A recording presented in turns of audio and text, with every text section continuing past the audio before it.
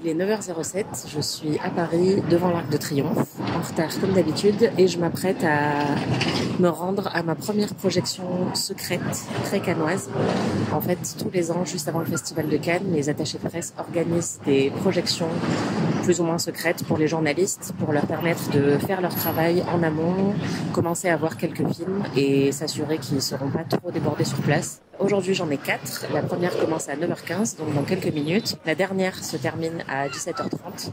C'est un petit peu comme la rentrée des classes pour moi, les projections de presse juste avant Cannes. Je vais retrouver des copains que j'ai pas vus depuis plusieurs mois. Je suis assez enthousiaste, je suis un petit peu stressée aussi. J'ai très très hâte de m'y mettre, de découvrir des nouveaux films. Je vais rater ma projection si je continue à parler, donc j'y vais, je vous laisse et puis on se retrouve juste après.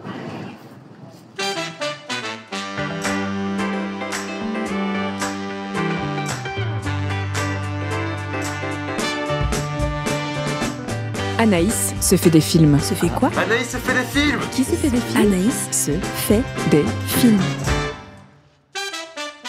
Salut, moi c'est Anaïs. Vous connaissez peut-être ma voix grâce au podcast Ami que je co-anime sur Slate. Je suis journaliste, critique cinéma et série depuis une petite quinzaine d'années. Et il y a 2 choses dont je ne me lasse jamais. Le cinéma et parler. Et aussi le fromage fondu, mais honnêtement, on s'éloigne un peu du sujet. Bienvenue dans mon nouveau podcast Anaïs se fait des films. On a décidé de l'appeler comme ça parce que j'adore les films et aussi parce qu'il se passe beaucoup de choses dans ma tête.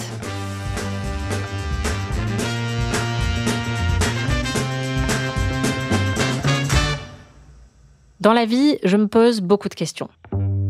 Qui suis-je ? Pourquoi Ryan Gosling ne m'a toujours pas demandé en mariage ? Pourquoi j'aime autant les films d'horreur alors que je suis méga peureuse ? Ça fait quoi un script sur un tournage ? Est-ce que tous les critiques ciné sont snobs et aigris ? Pourquoi est-ce que tant d'attachés de presse sont des femmes ? Est-ce qu'on peut encore dire qu'on aime Woody Allen ? Est-ce que j'ai le droit de dire que je n'ai jamais aimé Woody Allen ? C'est quoi un film trop long en fait ? Est-ce que les films sont plus longs qu'avant ? Est-ce que c'est possible d'avoir vu tous les films de l'histoire ? Bridget Jones, c'est un peu grossophobe. Est-ce que Netflix va tuer les gens qui regardent leur téléphone au cinéma ? Qui sont-ils et quels sont leurs réseaux ?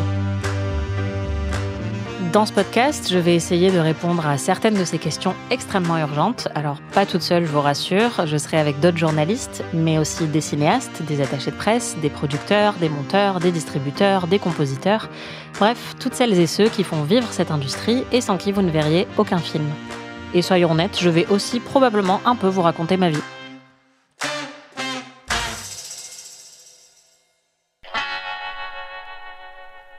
Il y a un événement dans l'année qui met mon cerveau en sur-régime, c'est le Festival de Cannes. Pendant ces quelques prochains épisodes, je me suis dit que j'avais envie de vous emmener avec moi dans cette aventure exaltante et un peu masochiste qui rythme tous mes printemps depuis maintenant 10 ans. Au moment où l'on diffuse cet épisode, on est à 5 jours de la cérémonie d'ouverture du Festival de Cannes. Je suis déjà crevée et je n'ai qu'une hâte, poser mes valises sur la croisette. Enfin, je dors pas littéralement sur la croisette, mais poser mes valises dans le petit cagibi douillet qui me servira de pied-à-terre pour les 2 prochaines semaines. Pour cet épisode, j'avais envie de vous raconter à quoi ça ressemble la préparation du Festival de Cannes du point de vue des journalistes. Vous pensez peut-être que Cannes, c'est avant tout des palmiers, des stars et des soirées sur la plage. Non. Que nenni.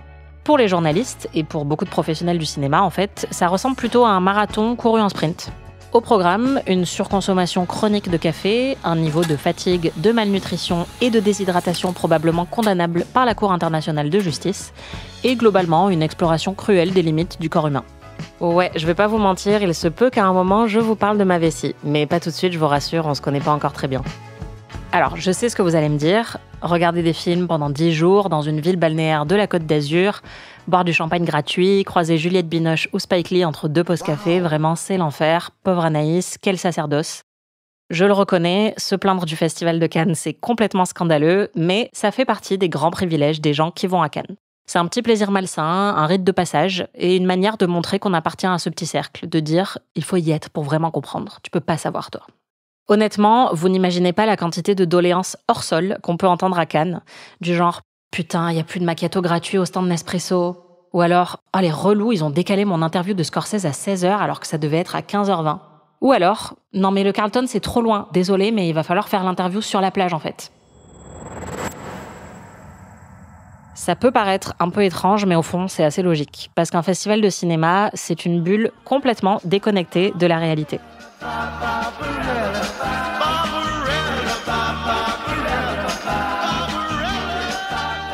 Être à Cannes, c'est un peu comme être sur Mars. Enfin, j'imagine, parce que contrairement à Katy Perry, je n'ai jamais mis les pieds dans l'espace. Mais en gros, on est complètement isolé du reste du monde, les tenues vestimentaires sont très inconfortables et la météo est infernale. D'ailleurs, si jamais la Troisième Guerre mondiale se déclenche pendant que je suis à Cannes, pas la peine de m'écrire, sachez que je ne m'en rendrai probablement pas compte, donc vous me raconterez quand je rentre. C'est ça qui fait toute la magie de Cannes. Son côté exclusif, intense, hors de la réalité du quotidien, et c'est aussi un peu pour ça que j'avais envie de vous en parler, pour que vous aussi, vous puissiez comprendre et vivre le festival de l'intérieur, le tout sans infliger la moindre souffrance à votre vessie, franchement, vous en avez de la chance. Au fond, j'ai beau râler, ces 2 semaines représentent bien souvent le point culminant de mon année, et je ne les échangerai pour rien au monde. Et d'ailleurs, j'avais envie de savoir si j'étais complètement folle, et si j'étais la seule à vivre Cannes de manière aussi intense, alors j'en ai parlé avec quelques-uns de mes confrères et de mes consoeurs.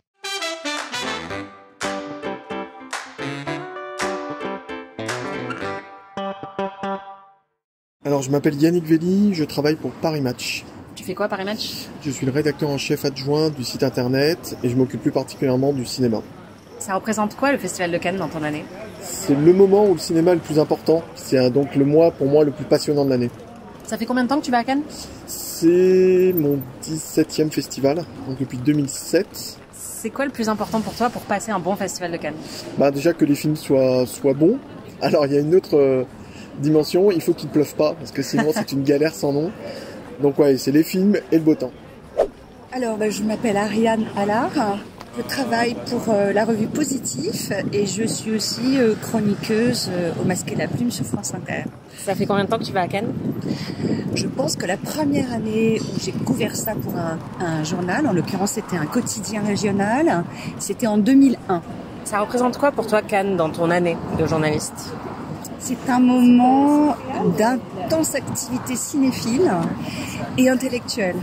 Et c'est une espèce d'ébullition permanente qui fait certainement sourire quand on est de l'extérieur, parce qu'on trouve ça très vain ou complètement artificiel. Mais quand on le vit de l'intérieur, quand on aime vraiment le cinéma, et moi j'aime vraiment le cinéma, oui, c'est un moment quand même très dense, très intense et je pense même émotionnellement très fort. Je m'appelle Nicolas Marcadet, je suis rédacteur en chef des Fiches du cinéma. Ça fait combien de temps que tu vas à Cannes ? Ça fait 25 ans quasiment. Le premier que j'ai fait, c'était en 2001. Ah d'accord, j'allais dire t'as arrêté de compter. Je m'appelle Matteo Maestracci, je travaille pour France Info, service culture, France Info Radio. Ça fait combien de temps que tu vas à Cannes ? Ça va être mon 5e festival. Est-ce qu'il y a un truc qui t'a frappé quand t'es arrivé à Cannes ? Au début, franchement, on est un peu halluciné par le trop plein de tout. C'est-à-dire qu'il y a du monde, il y a des bimbos, il y a des hommes d'affaires. Ça paraît fake, en même temps ça fournit. C'est vraiment une machine extrêmement bien rodée, je crois que c'est ça qui m'impressionne le plus. Comment tu résumerais Cannes en 3 mots ? Speed, rétine et gin tonic, mais ça fait 2 mots gin tonic. Michael Guénam, je suis rédacteur en chef adjoint aux Fiches du cinéma. Ça fait combien de temps que tu vas à Cannes ? 20 ans. Est-ce que tu as un rituel spécifique à Cannes ? Le café le matin, impérativement. Non, le rituel maintenant, après quelques années, je l'ai trouvé, c'est effectivement d'écrire le matin tranquillement avant d'être pris dans les projections. Se lever, tu veux dire entre 4h et 8h du mat, du coup ? Oui, évidemment. Oui, avant les réservations. Ouais. C'est ça. J'aime bien prendre un cookie juste derrière l'église. Ah oui. On va tous au même endroit, je pense. Donc c'est une petite église et il y a le cookie. Généralement, c'est là où je prends mon petit déj parce que le matin, je suis dans le speed. Ouais. Donc je vais à la Projo et ensuite je prends le petit déj là et que j'essaye de commencer à écrire. Alors j'ai eu longtemps un rituel quand je travaillais dans la presse quotidienne régionale, c'est-à-dire qu'on faisait toujours un dîner le premier soir, tous les chefs de rubrique cinéma de tous les grands quotidiens régionaux. C'était super sympa, c'était il y a 25 ans. À partir de combien de jours t'es fatigué à Cannes ? Je dirais 3 jours avant. Ce qui est rude, c'est souvent il y a un creux le lundi. Le lundi matin et... Le premier lundi ? Ouais, le premier lundi à 8h30, la projo peut être un peu fatale. Ouais. Il faudra évaluer ça avec la consommation de café. Il m'est déjà arrivé, il y a 3 ans je pense peut-être, d'arriver à Cannes complètement épuisé, mais généralement au bout d'une bonne semaine. Si c'est en termes d'endormissement, moi ça peut m'arriver dès le premier jour. Le mardi ou le mercredi de la 2e semaine, tout d'un coup on a une espèce d'abord je pense qu'on est saturé, et puis même on dort peu, on dort mal... Et moi, il y a toujours, c'est horrible, et depuis le début, donc quand j'étais beaucoup plus jeune, il y a toujours un film où je m'endors un petit peu quand même. C'est quoi ta nourriture préférée de cinéma ? Est-ce que tu préfères manger devant un film ? Je mange pas mal de sushi devant les films. Je Ah sens ouais. que ça s'y prête bien. Surtout quand je vois des films japonais, je trouve que ça, voilà, il y a un côté. Voilà. C'est vrai que froid, les tu films peux prendre japonais le donnent temps, faim souvent, donc. T'as des baguettes, ça ouais. t'occupe un peu. Je mange pas devant les films. Jamais. Non, je claque pas mon sandwich. C'est quoi le film que tu fais toujours semblant d'avoir vu? Ça va être certainement un Rossellini, je pense. Alors lequel, je sais plus. Mais voilà, j'ai évidemment tout vu, tout Rossellini, comme je viens de le faire comprendre. Ah, Tout sur ma mère d'Almodovar. J'ai le coffret et je l'ai jamais vu. Ok. Et quand on me demande quel est mon film préféré d'Almodovar, je suis capable de le citer. Bravo la critique. J'ai pas fait semblant, mais j'ai jamais dit que je l'avais pas vu. C'est Titanic. C'est vrai. Oh, j'aimerais tellement voir Titanic avec toi. Donc j'ai jamais menti, mais quand on en parle, je me mêle pas à la conversation, mais je ne dis pas que je l'ai pas vu. L'idée reçue sur Cannes qui t'agace le plus? L'idée reçue maintenant, ça serait de penser que ça passionne tout le monde, alors qu'en fait, ça n'intéresse que nous. Merci, c'est hyper encourageant pour un premier épisode de podcast qui sera écouté par 5 personnes. Bah justement, tu vas relancer un peu l'intérêt, faut trouver des biais. C'est ça.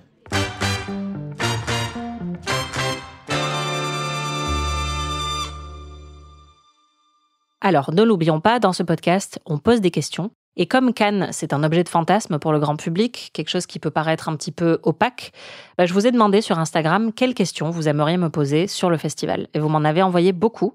C'est Aurélie, la productrice, monteuse, réalisatrice extraordinaire de ce podcast et aussi d'amis, qui les a collectées et qui va venir me les poser. Salut Aurélie. Salut Anaïs. Je crois que tu as plein de questions pour moi. J'ai plein de questions. Alors, c'est quoi le premier truc que tu fais en arrivant là-bas? Alors, le premier truc que je fais en arrivant, une fois que j'ai posé ma valise dans mon appart, c'est d'aller faire les courses. Je sais que je vais être submergée très rapidement à Cannes.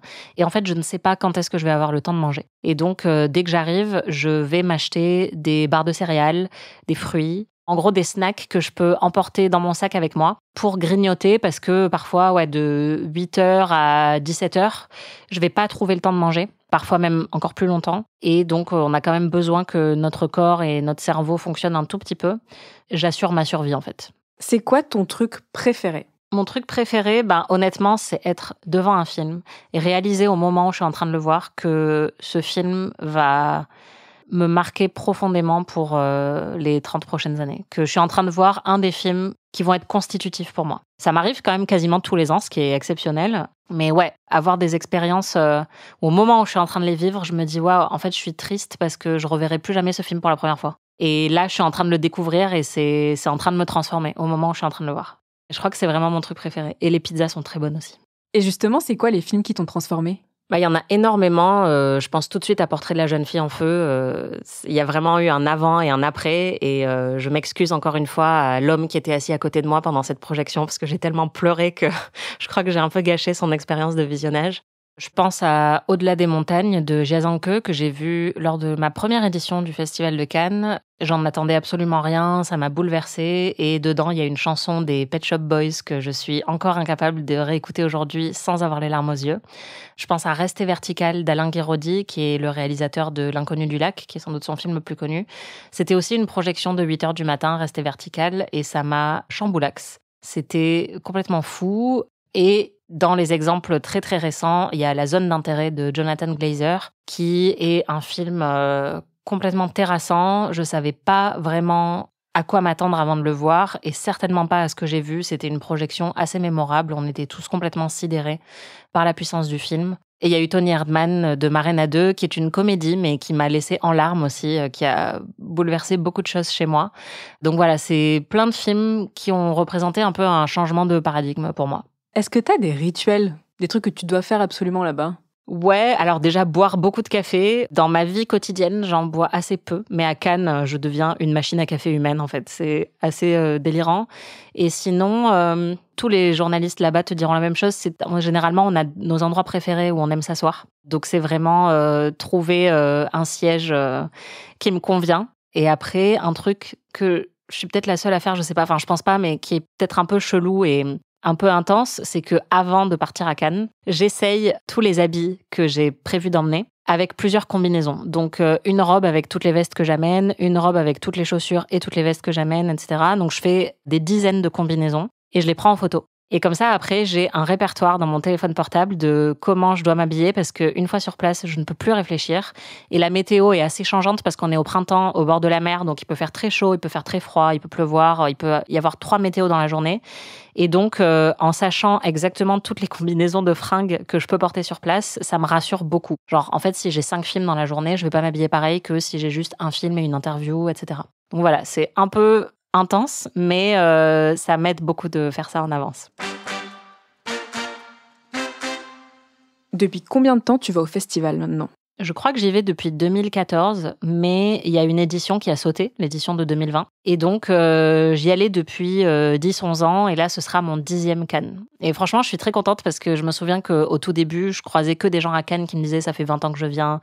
Et pour moi, c'était impossible, en fait. Je me disais jamais je serais une personne qui a 2 chiffres, en fait, dans le nombre d'années où elle va à Cannes. Et en fait, si. Donc, c'est assez fou. Et puis, je suis vieille, du coup. Très très bonne question. Quel est le tout premier film que tu as vu à Cannes ? Techniquement, le tout premier film que j'ai vu à Cannes, c'est La tête haute de Emmanuel Berco, qui était le film d'ouverture de la première année où j'y suis allée.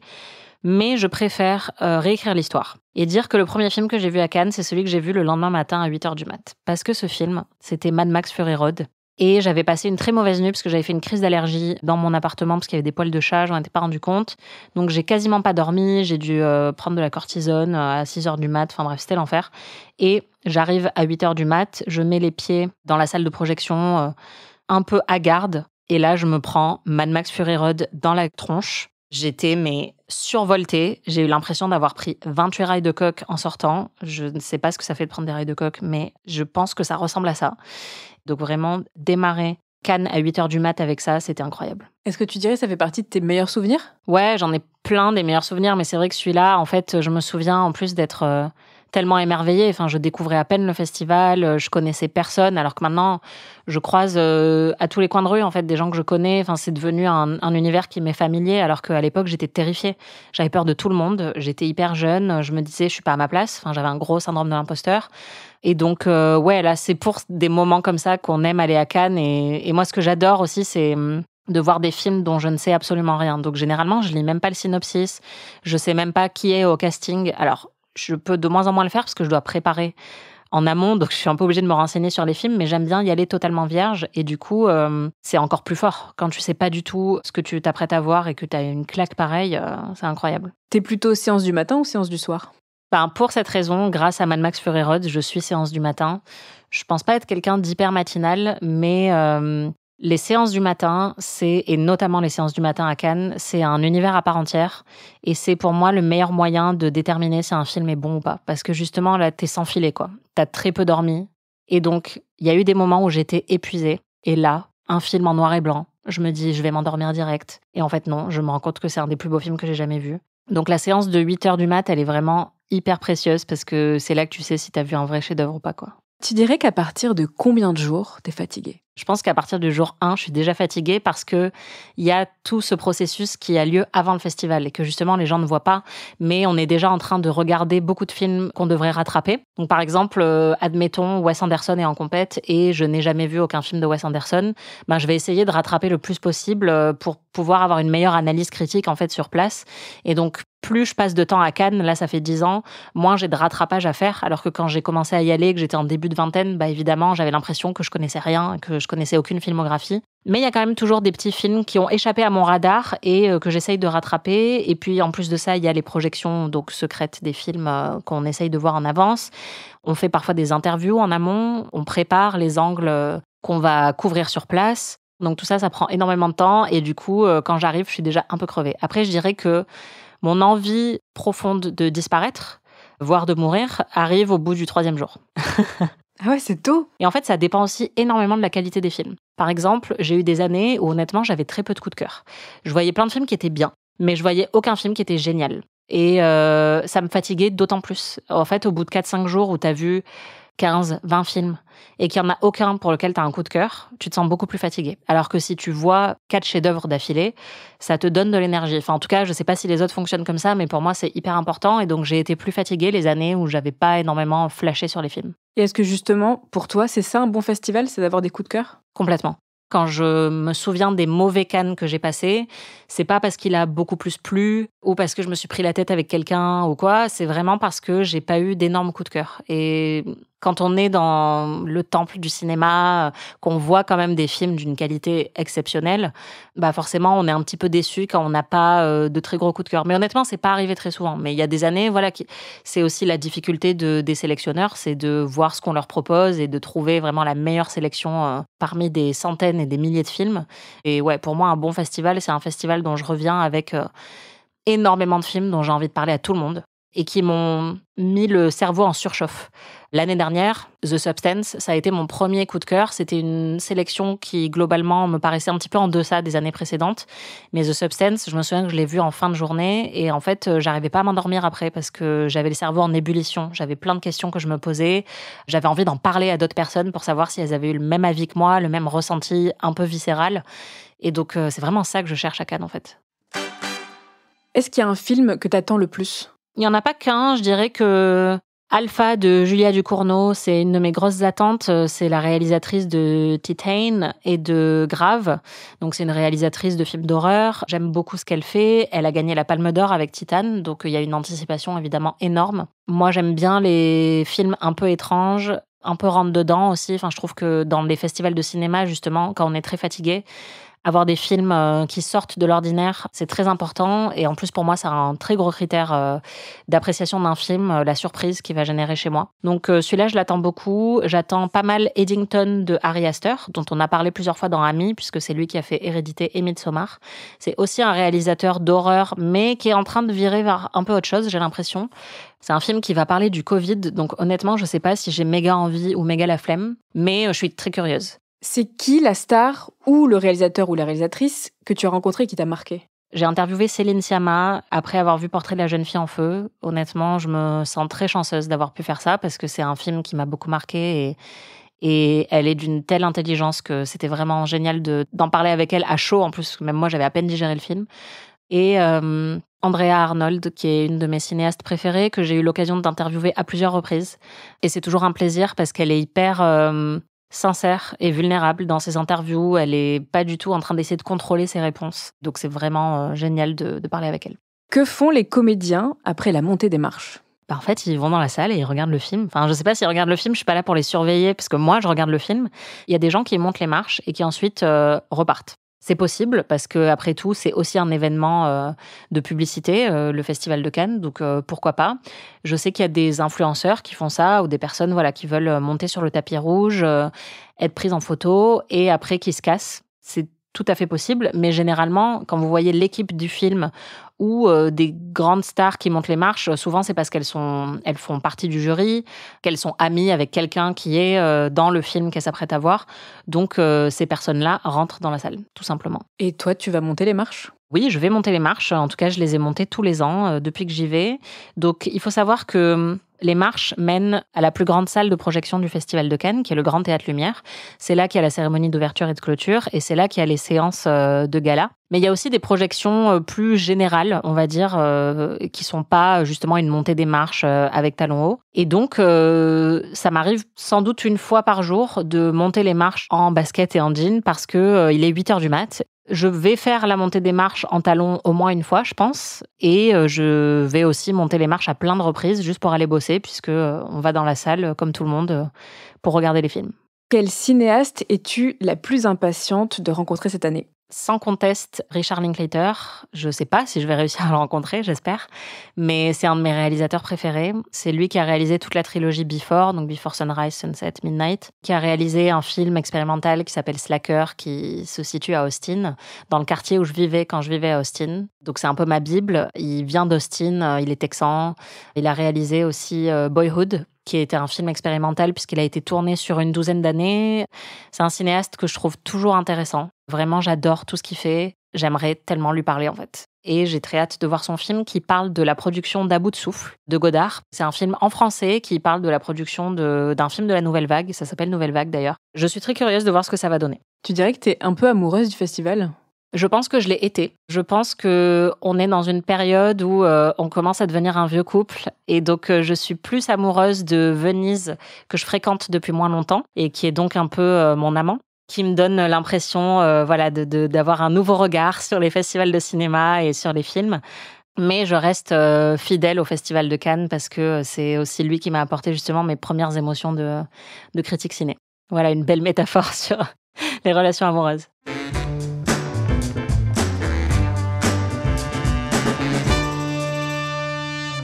Dans le prochain épisode, on débriefera la cérémonie et le film d'ouverture et je vous raconterai pourquoi le Festival de Cannes reste considéré comme le plus grand festival de cinéma du monde. À plus! C'est la fin de ce premier épisode d'Anaïs se fait des films. On se retrouve dans quelques jours pour l'épisode 2 qui sera enregistré en direct du Festival de Cannes. En attendant, si ça vous a plu, n'hésitez pas à vous abonner, à liker et mettre un petit commentaire. Si ça ne vous a pas plu, je ne veux pas le savoir, laissez-moi me faire des films. Si vous êtes Ryan Gosling, j'attends toujours la demande en mariage. Et vous pouvez évidemment suivre toutes mes aventures sur le compte Instagram Ami le podcast. À très vite. Anaïs se fait des films est un podcast d'Anaïs Bordage, c'est moi. Produit par Slate Podcast. Production éditoriale, montage et réalisation Aurélie Rodriguez. Et au fait, je t'ai pas dit. Ouais? Anaïs, elle se fait des films. Mais non!